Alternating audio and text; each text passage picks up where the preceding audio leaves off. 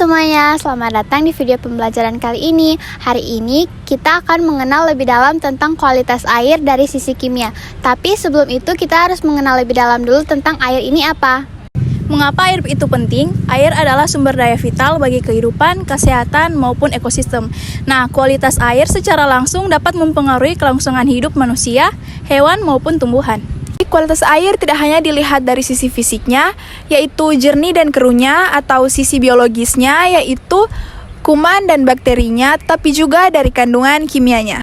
Kandungan kimianya itu dapat berupa keberadaan logam berat, pH maupun zat kimia. Nah, itu dapat menjadi ancaman bagi lingkungan maupun kesehatan. Nah, tadi kan teman-teman sudah mengetahui secara sekilas mengapa kualitas air itu sangat penting.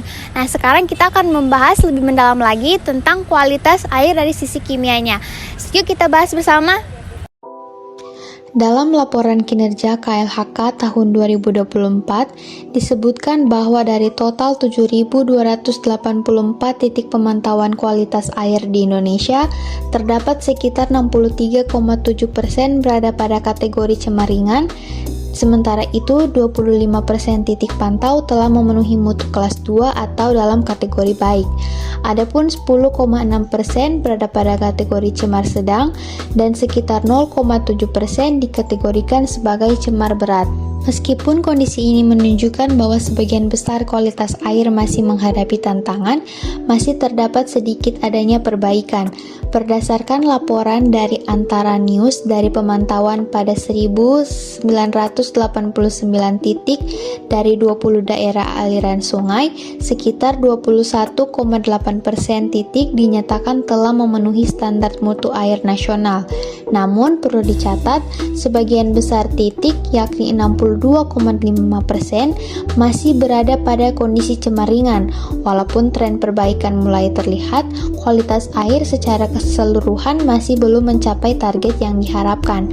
Menurut data Polri atau INP, National Water Quality Index tahun 2024 berada di angka 54,78%, yang berarti masih sedikit di bawah target nasional sebesar 55,5%.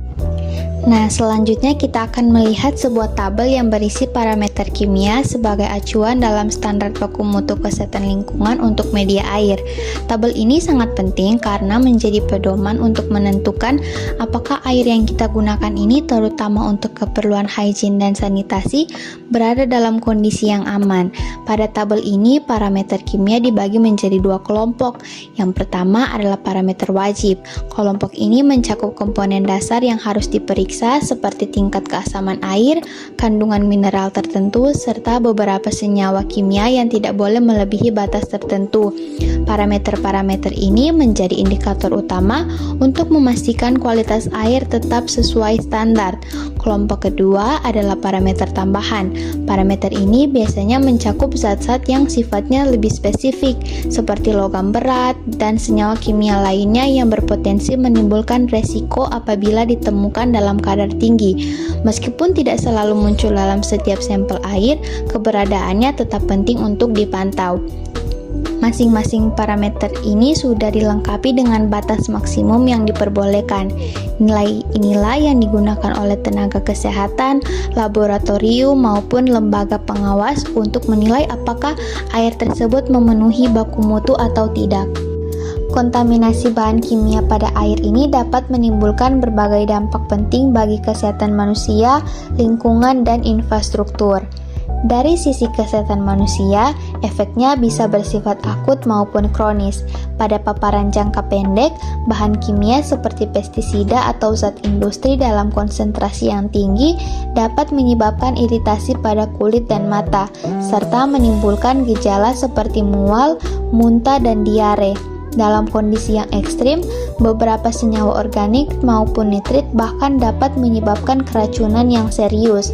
Sedangkan pada paparan jangka panjang, bahan kimia persisten seperti PFAS atau logam berat dapat menumpuk di dalam tubuh dan meningkatkan resiko gangguan serius, termasuk kerusakan ginjal, gangguan saraf, gangguan hormon, hingga resiko terkenanya kanker. Beberapa zat juga dapat berkembang pada perkembangan anak dan fungsi tiroid. Dampak berikutnya adalah pada lingkungan, khususnya ekosistem perairan. Kelebihan nutrien seperti fosfat dan nitrat dapat memicu ledakan alga yang menurunkan kadar oksigen sehingga membahayakan ikan dan organisme air lainnya. Zat beracun seperti logam berat juga dapat merusak keseimbangan ekosistem. Selain itu, perubahan pH akibat kontaminan tertentu dapat membuat lingkungan perairan tidak lagi cocok bagi spesies yang sensitif. Bahan kimia seperti PFAS dan logam berat juga mudah terakumulasi dalam tubuh organisme air dan kemudian berpindah melalui rantai makanan, sehingga akhirnya berdampak pada manusia. Kontaminasi kimia juga mempengaruhi kualitas air dan infrastruktur. Air yang tercemar dapat melampaui batas aman sehingga tidak layak untuk diminum. Beberapa bahan kimia dapat mengubah bau, rasa, atau warna air dan memberikan kesan tidak sehat. Kontaminan tertentu juga bersifat korosif sehingga mempercepat kerusakan pipa sekaligus meningkatkan resiko logam dari pipa ikut larut ke dalam air.